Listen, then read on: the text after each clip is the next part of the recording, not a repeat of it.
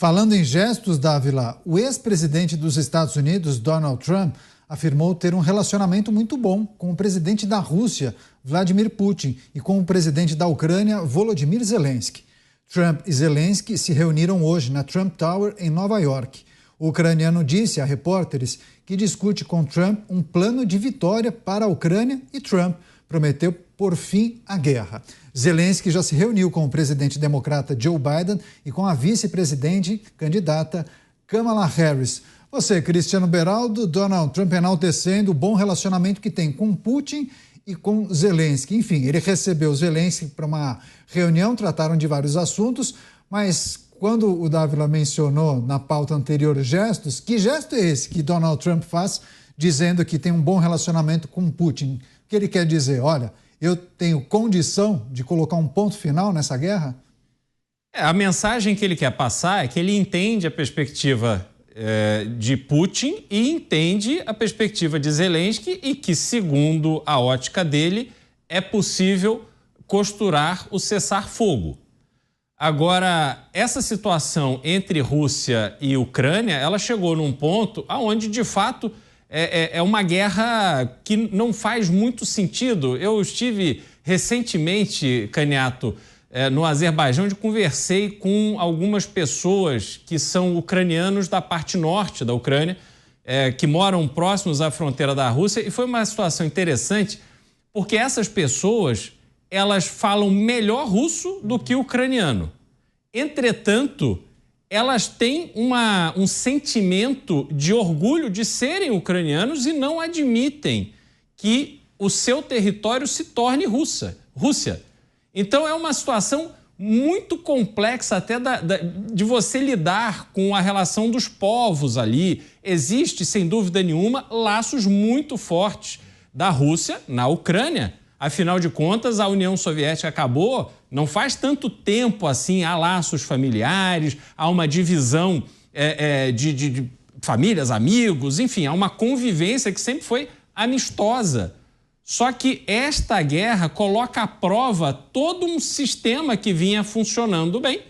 E agora esses ucranianos diziam que Zelensky é um líder populista, que usou a guerra para se fortalecer e que ele, na ótica desses ucranianos, tem interesse em que essa guerra continue. Então, há muitos elementos por trás que nós, aqui da nossa ótica distante do Brasil ou mesmo dos Estados Unidos, a gente não percebe, a gente não tem esse contexto histórico das relações e isso tudo é muito importante. Agora, o país mais poderoso do mundo continua sendo os Estados Unidos.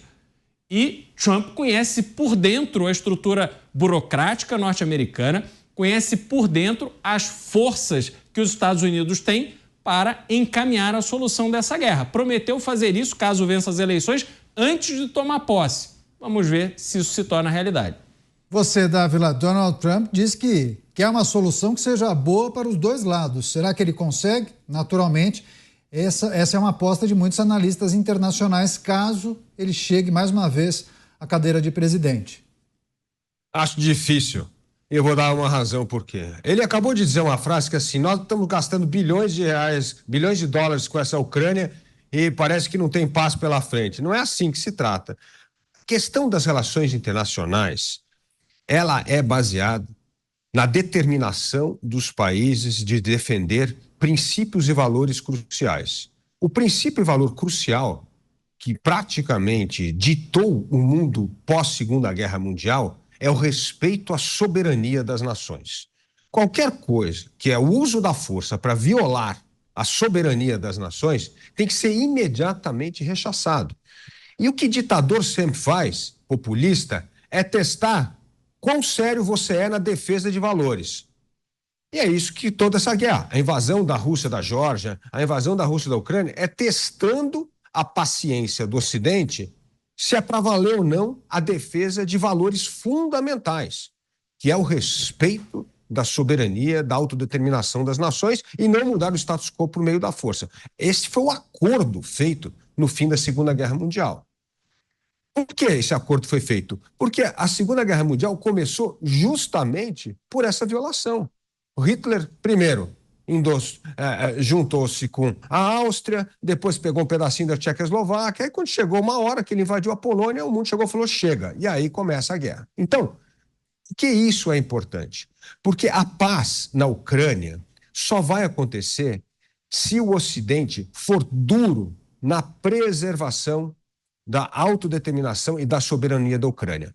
Pode até ser que nós tenhamos, como foi o fim da Primeira Guerra Mundial, que acabou com o armistício. O armistício é, olha, esse território aqui vai ser ocupado pela Rússia por um tempo, não é entregar, mas a soberania da Ucrânia está protegida, a Ucrânia vai ser imediatamente aceita na OTAN e, portanto, vamos dar as garantias que, se fizer gracinha e tentar mais uma vez uma guerra com a Ucrânia, é uma guerra com o resto da Europa e com o resto da OTAN.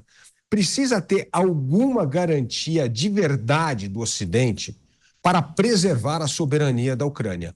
Aí até pode haver um armistício para que determinadas regiões ocupadas vai ser tipo Coreia do Norte e Coreia do Sul. Pode demorar, daqui a alguns anos vai ter uma unificação, tal, mas se não tiver uma defesa dura do Ocidente, é o começo do fim de uma tragédia, porque hoje é a Ucrânia, amanhã serão os países bálticos, depois vai ser a Polônia, tanto, Caniato, que se você fala com os países na região, está todo mundo morrendo de medo, acha que é efeito dominó, acha que o próximo é ele na vez que vai ser atacado pela Rússia. Então, é hora do Ocidente mostrar quão forte ele é para defender os reais valores que ele defende desde o fim da Segunda Guerra Mundial.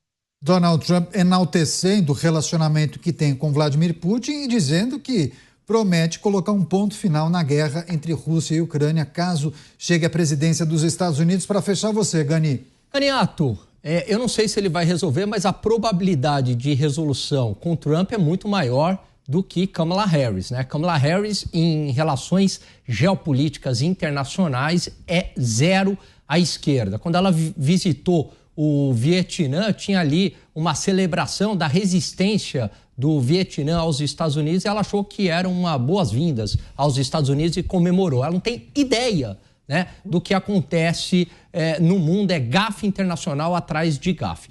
O Donald Trump, comparativamente ao período anterior ao que ele foi eleito e a hoje, o mundo viveu uma certa estabilidade na sua mão. E não porque o Trump falava grosso, não porque o Trump queria comprar briga com todo mundo, mas porque o Trump é um excelente negociador e entende quais brigas valem a pena comprar ou não. Pós-Guerra Fria, houve um acordo entre Estados Unidos e Rússia de não expansão da OTAN para o leste europeu. Esse acordo não foi cumprido. A gente pode, aqui não estou justificando a invasão da Rússia na Ucrânia, eu estou querendo dizer que a reação da Rússia era previsível. É errada, mas é previsível. A Rússia, em 2008, através do seu ministro da Defesa, deixou claro, se vocês insistirem com OTAN e com patrocínio de grupos insurgentes na Geórgia e na Ucrânia, vocês estão cruzando uma linha vermelha. Então a pergunta que se faz não é se a guerra é justa ou injusta. A pergunta que se faz é como lidar com a Rússia, dado que a Rússia está dando o recado. Nós iremos aqui contra-atacar caso vocês insistam com a OTAN no nosso quintal. Da mesma maneira que os Estados Unidos jamais permitiriam uma aproximação da China ou da Rússia com o Canadá ou com o México, uma aproximação militar. Ou alguém acha que a reação americana seria diferente? Isso é geopolítica. Portanto, como é que eu contenho a Rússia? Qual é o melhor jeito de eu lidar com a Rússia? Eu tenho duas opções. Eu posso entender que a Ucrânia é um país independente, é um país livre, e eu vou bancar a Ucrânia. Então vamos bancar uma guerra por procuração, porque uma guerra direta é impensável, porque é uma guerra nuclear, né? Não dá. Então eu vou fazer essa guerra com procuração. A pergunta é, tem surtido efeito essa guerra por procuração? Os Estados Unidos usou lá o SWIFT, excluiu a Rússia, né, do sistema financeiro. A Rússia voltou a crescer economicamente, 75% da matriz energética da Ucrânia foi destruída, houve perda de mão de obra brutal na Ucrânia, houve também imigração, né? Então, a pergunta que eu faço, valeu a pena essa estratégia americana de escalar o conflito?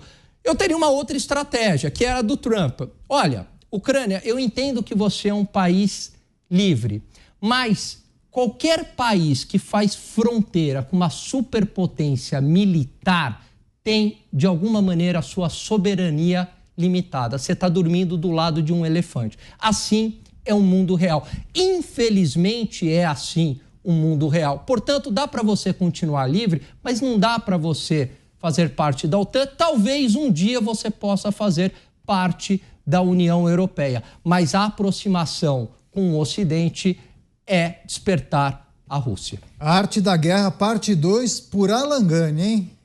Em breve nas livrarias de todo o Brasil. Bom,